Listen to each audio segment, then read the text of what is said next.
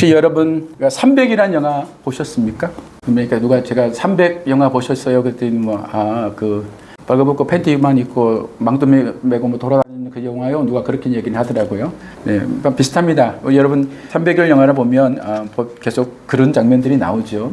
근데 사실은 이 영화가 실화를 바탕으로 해서 물론 각색이 좀 했지만은 만들어진 그런 작품입니다. 내용은 이렇습니다. 스파르타의 정예병사 300명이 페르시아의 100만 명의 군사들을 아주 좁은 협곡에서 상대를 합니다. 상대가 안 되죠. 300명과 100만 명이라는 숫자는 여러분 비교해 될 수 있는 숫자가 아닙니다. 그런데 이들이 3일 동안 그 협곡에 내서 그들을 막아냅니다. 그리고 페르시아는 도무지 돌파구를 찾지를 못합니다. 그들이 훨씬 더 숫자가 많고 막강한 군사력을 가지고 있었음에도 불구하고 단 300명을 어떻게 하지 못해서 계속 궁지에 몰려있는 그런 상황의 영화가 내용이 전개가 됩니다. 그런데 안타깝게도 이 스파르타는 결국 그들에게 패하고 맙니다. 패한 이유가 뭐냐면 숫자가 적어서도 아니고 무기가 부족해서도 아니었습니다. 그들이 패한 이유는 뭐냐면 스파르타 출신의 어떤 사람의 배신 때문에 그들이 패하게 됩니다. 이 스파르타 출신의 한 사람이 열등감과 상처에 사로잡혀서 적에게 비밀 통로, 그들을 뒤를 칠 수 있는 비밀의 길을 알려줌을 통해서 뒤를 공격당하면서 결국 무너지고 마는 내용이 담겨진 이야기가 바로 이 영화 300의 이야기입니다. 여러분 이런 속담이 있습니다. 강풍을 이겨낸 고목도 속에서 갉아먹는 불개미 때문에 쓰러진다는 말이 있습니다. 인류 역사상에서 이를 증명하는 일들이 굉장히 많아요. 여러분 강력한 나라와 공동체로 이루고 있던 나라들이 내부의 다툼과 분열 때문에 무너진 사례가 굉장히 많아요. 여러분 가까운 역사 속에서는 베트남이 그렇죠. 남베트남이 사실은 미군의 지원을 받아서 무기도 훨씬 더 많았고요. 군사도 많았습니다. 북베트남의 공산당은 그보다 훨씬 적은 숫자였어요. 그런데 북베트남이 결국에는 이기죠. 이유가 있습니다. 나중에 알아봤더니 남베트남 안에 얼마나 많은 간첩들이 많은지 몰라요. 모든 곳에서 간첩이 있었어요. 모든 내부자의 안에 그런 그들을 배신한 자들이 숨어 있었던 거죠. 결국 내부의 갈등과 내분의 분열 때문에 이 전쟁은 아무리 많은 무기와 많은 군사와 원조를 받는다 하더라도 결국 패하게 말았죠. 여러분 교회도요 마찬가지입니다. 교회도요 내면을 가만히 살펴보면 교회의 역사 속에서 바라보면 교회가 어려울 때의 시기들을 보면 사실은 외부의 공격 때문에 교회가 힘들었거나 그것 때문에 무너진 사례는 없습니다. 교회는 외부가 올 때마다 오히려 견고하게 믿음으로 지켜내고 기도하며 지켜내면서 잘 왔거든요. 근데 교회가 무너질 때는 대부분 어느 때냐면 밖에서 안으로가 아니라 안에서 안으로 싸우는 그 내부 안의 갈등과 분열 때문에 교회가 무너진 경우가 많이 있어요. 여러분 목사와 성도가 싸우고요. 성도가 성도 안에 갈등을 일으키고 그러다 보면 교회는 휘청거리고 일들이 얼마나 많은지 모릅니다. 여러분 바울이 우리 지난번에 말씀에서 이렇게 말씀했죠. 복음에 합당하게 살아라. 외부의 대적 앞에서 굳게 서라. 그리고 고난을 두려워하지 말고 복음을 지켜라 라고 권면을 합니다. 근데 오늘 본문에 오면은 바울이 이제 두 번째 당부를 이어가는데 그 당부가 뭐냐면 이것입니다. 교회 공동체를 내부의 즉 분열과 다툼으로부터 교회를 지켜내라고 우리에게 말씀을 하고 있습니다. 물론 바울이 직접 분열이라는 단어를 사용하지는 않습니다. 그러나 본문을 이렇게 읽다 보면 바울이 그것을 염려하고 있다는 것을 볼 수가 있죠. 그렇다면 우리는 이렇게 생각해 봐야 됩니다. 교회 안에 분열이라는 이 무서운 내부의 적을 우리는 어떻게 하면 이겨낼 수 있을까? 오늘 본문은 우리에게 그 답을 주고 있습니다. 먼저는 1절을 보면 1절이 이렇게 시작합니다. 그러므로 이렇게 시작합니다. 그러므로 이제 앞에서 얘기했던 그 얘기가 끝나고 새로운 주제가 우리에게 주어지고 있다는 것을 말하고 있죠. 그런데 1절을 보면 그러므로 시작해서 끝에 보면은 있거든 이렇게 끝납니다. 얼핏 보면 조건처럼 보이죠. 물론 이것이 원문을 봐도 조건이 들어가 있습니다. 그리고 NIV 성경을 보면 그래서 이것을 번역을 해보면 if 그래서 조건을 계속 얘기하고 있습니다. 근데 사실은 그것은 교회 안에 어떤 조건을 말하는 게 아니라 바울이 말하고 싶은 것은 이겁니다. 교회 안에 반드시 있어야 할 것이 무엇인가에 대해서 말을 하고 있는 거예요. 그게 뭐냐면 오늘 본문을 1절 보면 권면이고 사랑이고 위로고 교제고 긍휼과 자비입니다. 여기서 권면이라는 말은 격려라고 이렇게 번역해도 괜찮겠습니다. 바울이 이것을 얘기하고 있는 거예요.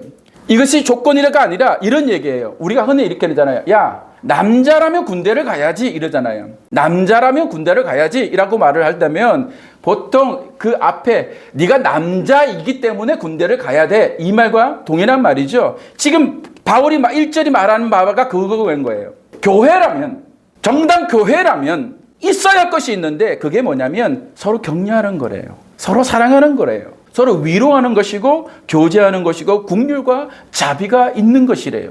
교회가 가져야 할, 교회라면 나타나야 될 그 모습을 말하고 있는 거예요. 바울은요, 교회가 교회 다음의 기준을 우리에게 제시합니다. 그런데 여러분 이렇게 6가지를 말하고 있지만 이 6가지를 우리가 한마디를 함축하여 우리가 흔히 사용하는 말로 이렇게 퉁을 쳐버려요. 그게 뭡니까? 따라합시다. 은혜. 우리 은혜잖아요. 그 교회가 격려가 넘치고 사랑이 넘치고 자비가 넘치고 위로가 넘치면 우리가 뭐라고 그래요? 와, 그 교회 은혜롭다. 그 교회에 은혜가 있다. 우리가 그렇게 말을 하잖아요. 오늘 이것을 하나하나 여러분에게 설명할 시간도 없어서 하나하나 설명하지 않겠습니다. 그러나 바울이 말하고 싶은 이건 거예요. 교회 안에는 은혜가 있어야 된다. 어쩌면 여러분 오늘 5절까지의 우리의 말씀을 보면 준 것 중에서 이 1절이 가장 중요할지 모르겠습니다. 여러분 교회는요 오직 은혜로 평가받는 곳인 줄 믿습니다. 여러분 냉면집에 가면 뭐가 있어야 돼요? 냉면이 맛있어야 돼요. 짜장면집에 가면 뭐가 맛있어야 돼요? 짜장면 맛있어요. 야, 그 집 단무지 진짜 맛있더라. 이러면 어떻게 돼요? 짜장면집인데 와, 그 집 단무지 진짜 맛있더라. 여러분 이렇게 소문나기 시작하면 그 집은 곧 망한다 그 소리예요. 짜장면집이 짜장면 맛이 없고 단무지가 맛있는데 그게 무슨 짜장면집이겠어요. 근데 여러분 교회 안에 있어야 될 게 뭘까요? 은혜라는 거예요. 서로 격려하고 사랑하고 위로하고 친절하게 돌보고 교제하고 그것이 교회의 맛이고 그것이 교회의 힘인 줄 믿습니다. 그런데 이것 빼고 다 있어. 그러면 교회는 끝나는 거예요. 여러분 화려한 무대가 있고요. 조명도 있고 악기도 있고 그 교회에 멋진 프로그램들이 있고 또 그 교회에 정말 어떤 사람들이 다니고 이름만 될 만한 아는 연예인 이름만 되면 알만한 사람들이 다녀. 와, 그 교회는 커. 여러분 이런 말을 들려 아무리 수많은 말들 오가도 그 교회에 은혜 있다 소리가 없으면 교회가 아닌 거야. 교회는 세상의 공동체가 아니죠. 교회는 은혜의 공동체인 줄 믿습니다.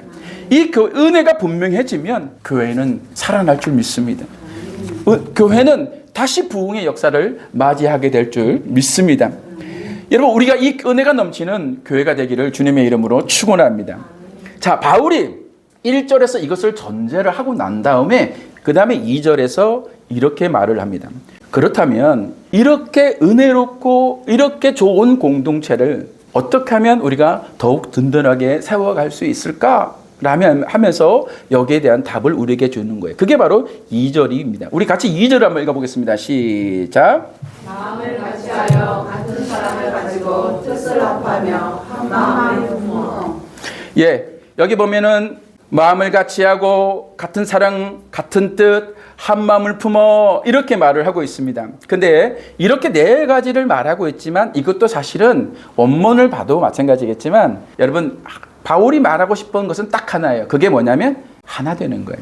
하나 되라. 한 마음 한 뜻으로 너희가 하나 되면 4절에 보면 나의 기쁨을 충만하라. 이 말은 뭐냐면 너희가 하나 되는 그것으로 내 마음이 기쁠 거야. 너희가 하나 되는 것으로 내 마음이 정말 행복할 거야. 나는 그렇게 되었으면 좋겠어 라는 마음을 그 기대감을 이렇게 표현하고 있는 거예요. 여러분 바울이 왜 교회가 분열하지 않고 하나 되어야 되기를 그렇게 바랬을까? 여러분 우리가 하나 되면 보기 좋아서 그럴까요? 하나 되면 흩어진 것보다도 뭉쳐있는 것이 더 좋기 때문일까요? 하나 되면 더 강력한 힘을 가질 수 있기 때문일까요? 네, 맞아요. 여러분 다 맞는 말입니다. 그러나 가장 큰 이유가 있습니다. 그 가장 큰 이유는 뭐냐면 바로 교회는 둘로 나눌 수 없는 원래부터 하나의 생명체이기 때문입니다. 교회는 원래 하나부터 생명체예요. 그래서 에베소서 4장을 보면 이렇게 설명을 합니다. 여러분 4절에서 7절을 보면 이렇게 나오죠. 몸이 하나요. 성령도 한 분이시니 이와 같이 너희가 부르심에 한 소망 안에서 부르심을 받았느니라. 주도 한 분이시요 믿음도 하나요 세례도 하나요 하나님도 한 분이시니 곧 만유의 아버지시라. 만유 위에 계시고 만유를 통일하시고 만유 가운데 계시도다. 우리 각 사람에게 그리스도의 선물의 분량들을 은혜를 주셨나니 이렇게 말. 여기 여러분 하나 한 분 여러분 통일 이런 말들을 계속 말씀하면서 교회 공동체가 그와 같다고 말합니다. 그런데 이렇게 말씀하시고 난 다음에 결정적인 말씀하십니다. 그게 15절과 16절입니다. 우리 함께 읽어보겠습니다. 시작. 오직 사랑 안에서 잠든 것을 하여 범사의 그에게서 자를 지니는 그런 머리시니 곧 그리스도시니 그에게서 온 몸이 각 마디를 통하여 도움을 받음으로 연결되고 결합되어 각 지체의 분량대로 역사하여 그 몸을 자랑하게 하며 사랑 안에서 스스로 세우니. 여러분 그러니까 교회는 뭐라고 그러냐면 예수 그리스도를 머리로 서로 연결한 하나의 지체라는 거예요. 한 머리 위에 한 몸으로 각각 연결됐다는 것은 우리 스스로가 하나의 생명 공동체라는 것을 말씀을 하고 있는 겁니다. 근데 여러분 생명을 어떻게 둘로 나눕니까? 생명을 둘로 나누려 한다면 나누는 순간 죽고 마는 겁니다. 그래서 절대로 나누어서도 나누려 해서도 안 되는 거예요. 교회의 하나됨이란 바로 그런 것이에요. 뭉치면 살고 흩어지면 죽고 맞습니다. 그러나 뭉치면 살고 흩어져서 죽는 게 아니라 원래 한 공동체이기 때문에 그것을 나누려는 순간 우리는 다 죽는 거예요. 그것이 더 좋아 보여서가 아니라 하나 되지 않으면 죽기 때문이에요. 그래서 여러분 마귀는 교회를 어떻게 하든지 분열시키려고 그래요. 웨스트민스터 교회에 담임 목사였던 캠벨 몰간이 한 말입니다. 보십시오. 마귀의 전략은 정작 마귀와 싸워야 할 사람들이 뭐 한다고요? 서로 싸우게 만드는 것이다. 마귀의 전략이 그거라는 거예요. 여러분 마귀가 왜 이런 전략을 쓸까요? 여러분 그건 가장 쉬운 방법이기 때문이에요. 이의제이라 그러잖아요. 자기가 싸울 필요가 없는 거예요. 나한테 싸워야 될 내가 자기의 적인데 지들끼리 싸우면 마귀가 할 일이 없는 거예요. 가장 좋은 방법이죠. 그리고 마귀가 이것을 쓰려는 이 전략을 쓰는 가장 큰 이유는 그때의 가장 치명적이기 때문이에요. 서로 싸우고 서로 내분을 일으키면 가장 그 공동체가 입는 그 피해와 데미지가 크기 때문이에요. 그래서 여러분 우리가 외부의 적은요 우리가 한눈에 보기에도 확연히 파악이 됩니다. 그러면 우리는 어떻게 해야 되죠? 본능적으로 방어하고 맞서기 위해서 일어서서 우리 함께 싸워요. 그런데 내부 안에서 일어나는 갈등과 분열은 그렇지 않죠. 피하식별이 안 되는 거예요. 저 사람이 우리 내 편인가 아닌가? 저 사람이 나를 공격하는 것인가 아닌가? 그냥 그러다가 우리 안에는 뭐냐 그냥 은혜로 그러면서 덮고 하다 보면 그게 상처가 쌓이고 내분의 갈등이 생기다가 균열이 일어나가 결국에는 무너져 내려가는 거예요. 여러분 그래서 바울은 우리에게 뭐라냐면 하나 되어라. 한 마음으로 서로 뭉쳐라. 흩어지면 안 된다. 그 말을 하고 있는 겁니다. 근데 이 얘기를 했을 때에 빌립보 교인들이 이 말씀을 굉장히 빠르게 실감을 했다는 거예요. 여러분 제가 계속 말하고 있지만 빌립보라는 도시는 퇴역 군인들이 정착해서 만든 도시라는 것을 여러분 계속 인식하면 있어야 됩니다. 그래야 이 빌립보를 볼 때에 빌립보가 더욱더 여러분에게 선명하게 오는 거예요. 그러니까 군인들에게 한 마음 한 뜻은 단순하게 어떤 그것은 군의 규율이나 그런 걸 말하는 게 아니에요. 그렇지 않다면 그들은 죽을 수밖에 없는 그러니까 생존의 문제이기 때문에 이것은 그들에게 매우 중요한 거예요. 여러분 로마 군대의 대표적인 전술 중 하나가 바로 이 방패 전술입니다. 병사들이 방패를 서로 연결해서 거대한 벽과 지붕을 만든 거예요. 여러분 그 시는 보시는 것 같이 제가 찾다 보니까 몇 가지 그림들이 저기 있어서 제가 줬는데 보십시오. 저렇게 서로가 하나의 방패를 서로 연결해서 벽도 만들고 지붕도 만들어서 적이 쳐들어오면 활을 쏘고 창을 던지고 집단을 달려든다 하더라도 적을 버텨내야 되는 거예요. 저렇게 버텨내야 이 싸움에서 이길 수 있는 거예요. 그러면 여러분 저렇게 이기려면 어떻게 해야 되겠어요? 여러분 견딘고하게 서로가 붙어져 있어야 되는 거죠. 서로 딱 연결돼서 한 사람도 거기서 이탈자가 나타난다는 게 안 되는 거예요. 근데 이때 가장 중요한 게 뭘까요? 저 방패가요 나 하나만 보호하는 게 아니라는 사실이에요. 내 방패가 옆 사람을 함께 지켜줘야 그리고 그 방패가 서로 겹쳐져 있어야 틈이 생기지 않는 거예요. 여러분 만약에 저 틈이 생긴다면 적의 그 틈 사이로 공격해 들어올 수 있기 때문에 철저하게 더욱더 그들이 한 마음 한 뜻으로 하나 되는 것이 중요했다는 거죠. 그래서 바울이 말하고 있는 건 뭐냐면 한 마음 한 뜻 하나 되라 라고 말하는 것은 너희가 군인 출신 아니냐. 지금 내가 말하는 것이 너희가 무슨 말인지 잘 알아들을 것이다. 너희가 전쟁에서 적군이 저들어갈 때 너희의 방패를 막 들고 적을 맞아서 한 마음 한 뜻으로 하나 되는 것처럼 너희는 그렇게 되어야 돼. 교회요 그렇게 되어라 이렇게 말을 하고 있는 거예요. 그래서 여러분 방금 읽었던 에베소 4장 16절 서로 연결되고 만나고 결합되어라는 말은 바로 저런 의미인 거예요. 저렇게 하나로 연결되어 있는 유기체, 그것이 교회라고 말을 하고 있는 거예요. 내 옆에 무너지면 나도 무너지고, 내가 무너지면 내 옆에 사람도 무너지는. 그래서 여러분, 이 하나됨은 선택의 문제가 아니야. 반드시 해야 할 생존의 문제인 줄 믿습니다. 여러분, 교회는 그런 곳이에요. 세상의 어떤 단체보다도 우리가 만났다가 언젠가는 헤어질 수 있는, 여러분, 세상에 그런 단체가 아니에요. 교회는 그리스도를 머리로 하는 하나의 유기체요 생명체이기 때문에 더더욱 우리는 흩어지면 안 되는 그런 공동체인 줄 믿습니다. 여러분, 근데 교회만 그럴까요? 여러분, 모든 공동체의 속성은 다 똑같아. 여러분, 가정이에요. 우리 가화만선성이라는 말이 있잖아요. 가정이 화목해야 모든 일들이 잘 되는 거야. 여러분 보세요. 싸우는 집안 치고 잘 되는 집안이 없어. 그렇지 않나요? 싸우는 가정치고는 밖에 일도 잘 되는 게 없어. 밖에 일이 잘 될 때 하더라 집에만 오면, 여러분, 전쟁터고 그러면 집에 들어오고 싶겠습니까? 언젠가는 그 가정은 또다시 무너지게 되어 있는 거예요. 여러분, 가정만 그럴까요? 직장은 그렇지 않을까요? 여러분, 우리가 모이는 공동체, 앞으로 만들 셀이든, 여러분, 목장이든, 교회 모든 공동체가, 여러분이 속해 있는 모든 공동체가 그와 같은 이런 속성의 안에 있다는 것을 우리는 인식하고 살아야 되는 줄 믿습니다. 그러니 여러분, 우리가 가는 모든 곳이, 우리가 밟는 모든 것이, 우리가 속한 모든 곳에 하나됨을 만드는 거룩한 주의 백성 되기를 주님의 이름을 축원합니다. 자, 그렇다면 이 하나됨을 만들기 위해서 어떻게 해야 될까? 바울은 이제 구체적으로 3가지 방법을 제안합니다. 그 첫 번째가 뭐냐면 다툼과 허영을 버리라는 거예요. 3절 보면 그런 말이죠. 아무 일에든지 다툼이나 허영으로 하지 말고, 이렇게 말을 합니다. 여러분, 바울은요, 내부의 적, 우리를 분열케 하고 하는 그것이 분명히 있다 말을 하는데, 그 분열의 원인을 2가지를 딱 지적합니다. 그게 뭐냐면 다툼과 허영이라는 거예요. 근데 사실 여러분 보세요. 이 다툼과 허영은 2가지고 서로 다르지만, 물론 면밀하게 따르면 다르지만, 그러나 그 속을 면밀하게 찾아보면, 세밀하게 보면 그건 본질적으로 같은 겁니다. 왜냐하면 여러분, 여기에 다툼이라는 게 서로 치고받고 하는 그런 다툼이 아니에요. 원어적으로 본다고 그러면 이 다툼을 뭐냐면 이런 거예요. 내가 더 돋보이려고 하는 경쟁심이에요. 경쟁심. 그래서 새 번역을 보면은 이걸 경쟁심이라고 번역을 했습니다. 그러니까 구체적으로 말하면 나를 돋보기 위한 이기적인 경쟁심이라는 거죠. 그러니까 우리가 다투면니까 치고 받고 싸우고 핥히고 욕하고 이런 다툼을 말하는 게 아니라, 교회 안에서 우리를 분열하게 다는 뭐냐면 치고 받고 싸우지는 않는데 은근히 자기를 더 높이기 위해서, 자기를 더 드러내기 위해서 하는 마음속에서 나오는 경쟁심이라는.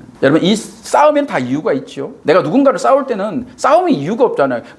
가만히 있다가 옆 사람 때리는 사람 아무도 없어. 가만히 있다가 옆 사람 욕하는 사람 아무도 없어. 뭔가 이유가 있어요. 그런데 그 싸움 속에서 제일 유치한 싸움이 바로 이런 싸움인 거예요. 내가 어떻게 하면 저 사람들보다 빛날까 하는 그 경쟁심에서 나오는 거죠. 그리고 여러분, 2번째 나오는 이 허영이라는 것은, 이 허자라는 게 한자로 보면 없다, 비었다, 아니면 거짓이다, 가짜다는 그런 의미의 허자이고요. 그 영어로 보면 베인이죠.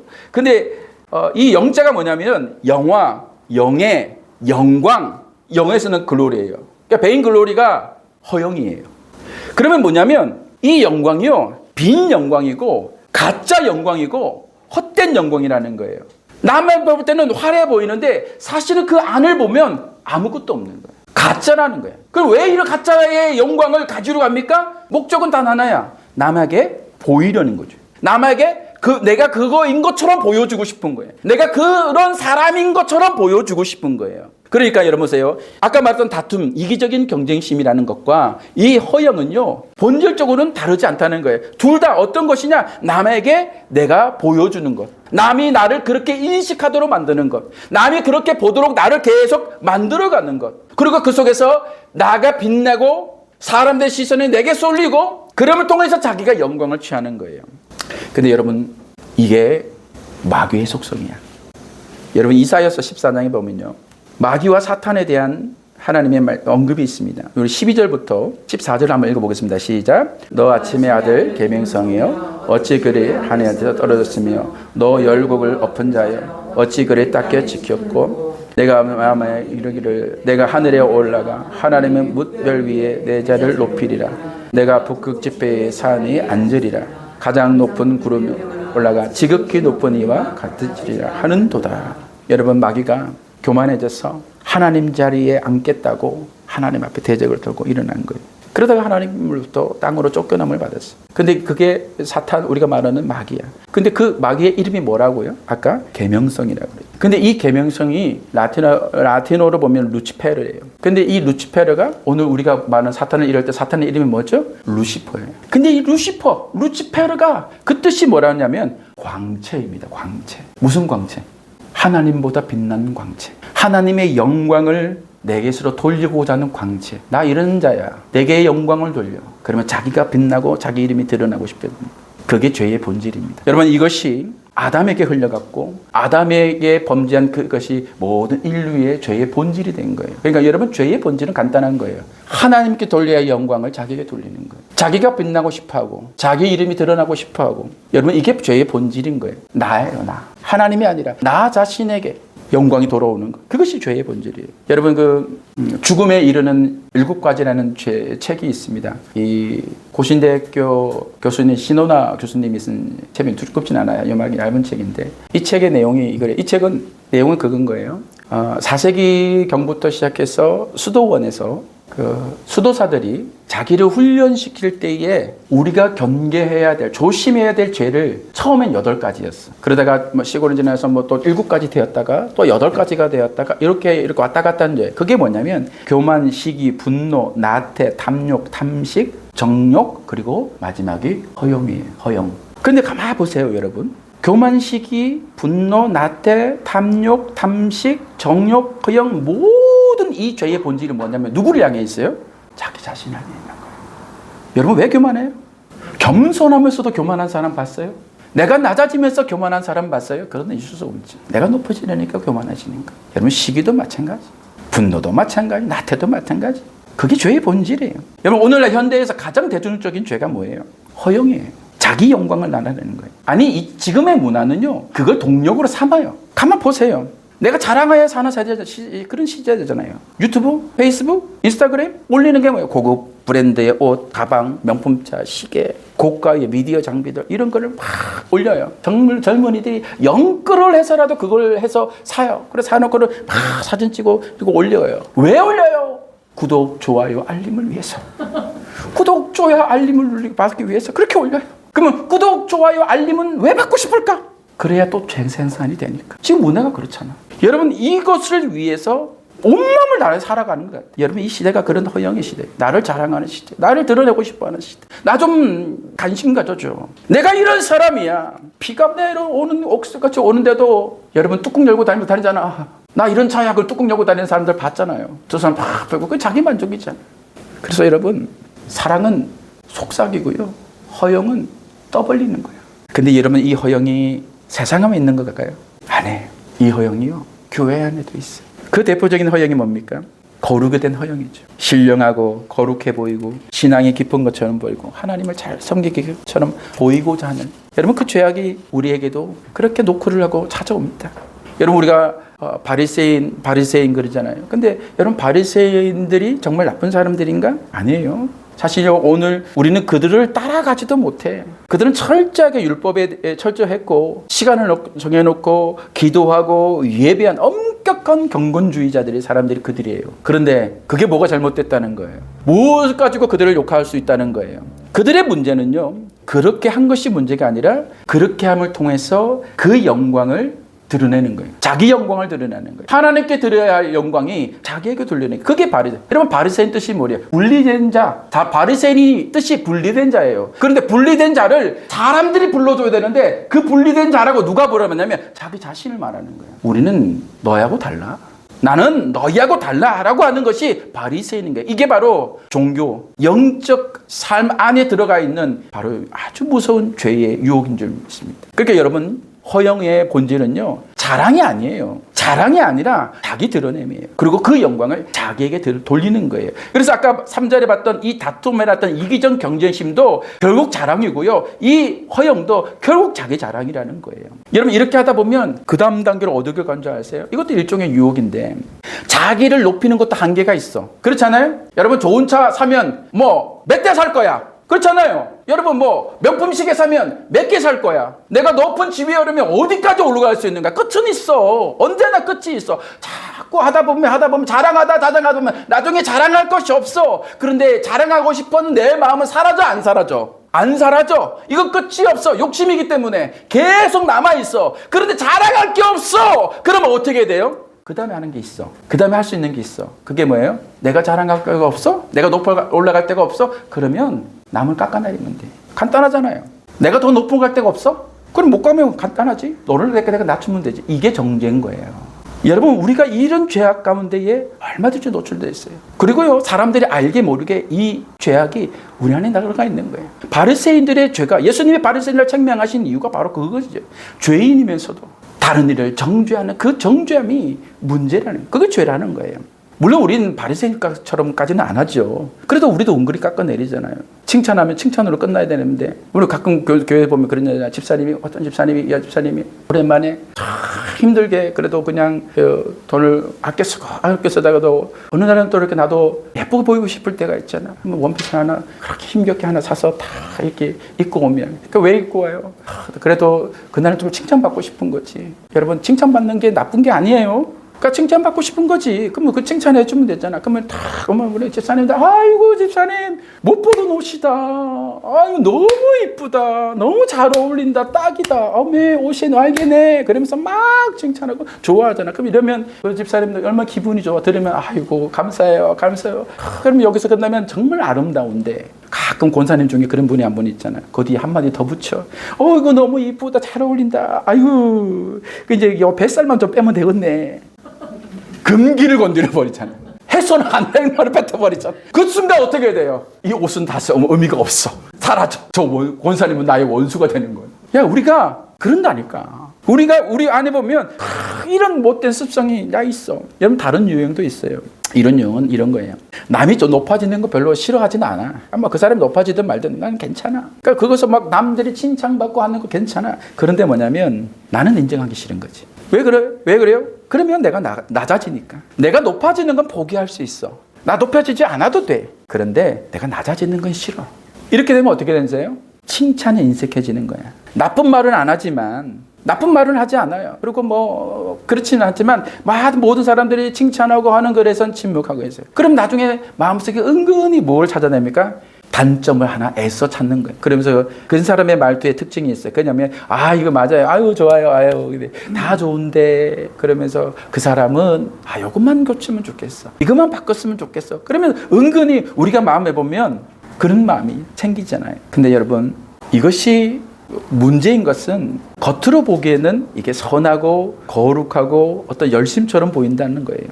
교회에 대한 열정, 봉사, 또 남을 세워주고 하는 그런 고동 속에서 우리 안에 뭐가 되냐면 정말 주님을 위한 어떤 마음이나 믿음에서 신앙이보다는 그 안에 있는 바울이 말했던 바로 이기적인 경쟁심이나 아니면 허영, 그 영광을 내게로 돌리고 싶어하는 마음이 이것을 가지고 이렇게 하다 보니까 문제가 되는 거죠. 이렇게 자기 중심의 열심을 하다 보면 결국 어디에 부딪혀요? 결국 한계에 부딪히는 거예요. 한계에 부딪히다 보면 어떻게 됩니까?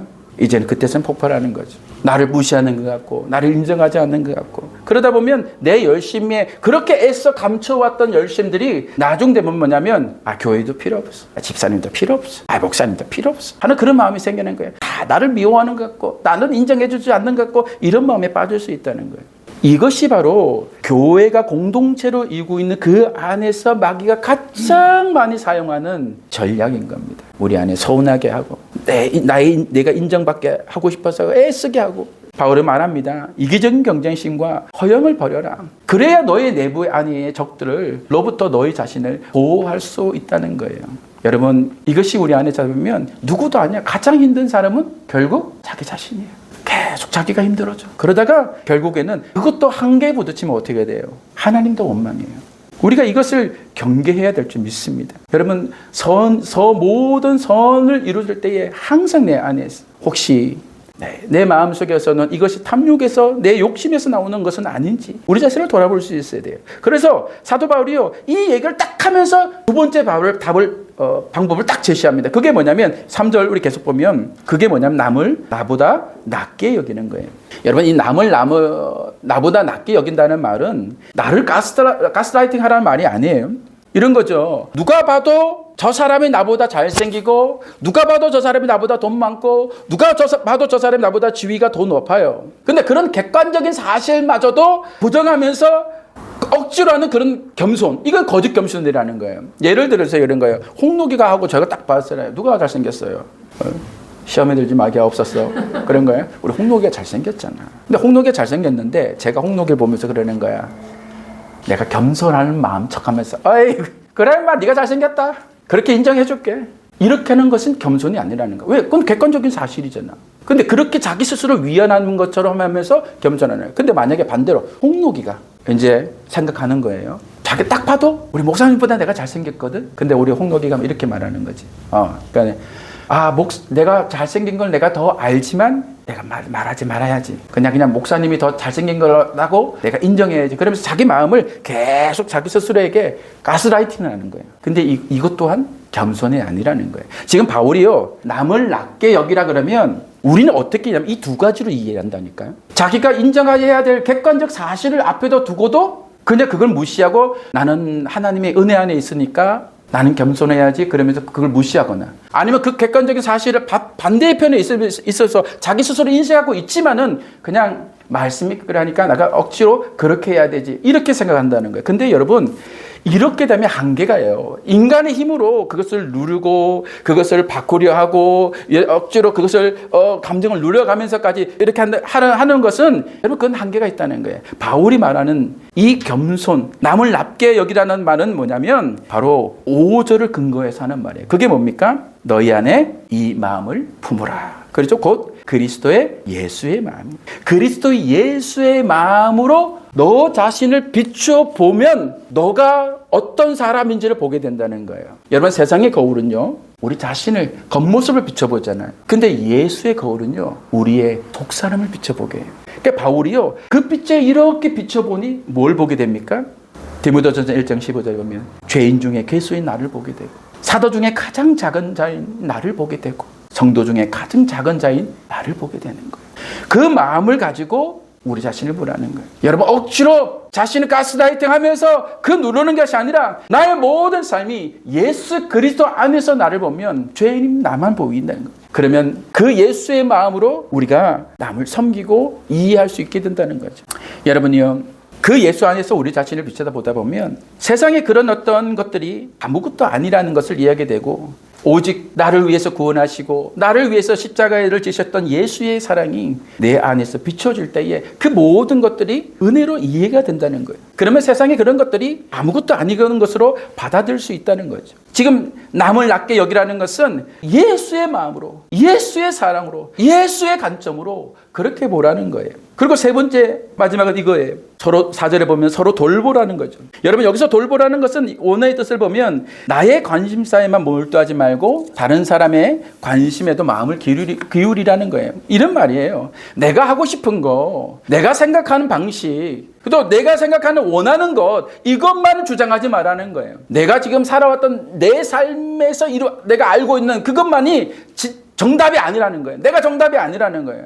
꼭 그거 방식만 있는 것은 아니라는 거예요. 타인을 이해하고 타인의 생각도 돌아보면서 그렇게 서로를 이해하라는 거예요. 그런 마음에서 돌아보라는 거예요. 가난하고 힘들고 어려운 거, 그거 돌아보라. 물론 그것도 포함된 거죠. 그러나 지금 성경이 말하고 있는, 바울이 말하고 있는 이 돌아보름이라는 것은 너 자신에 대한 고집만 피우지 말고 남에 대해서도 생각하는 거예요. 역지사지로 그렇게 돌아보는 마음을 가져야 된다는 거죠. 여러분, 살다 보면 그렇잖아요.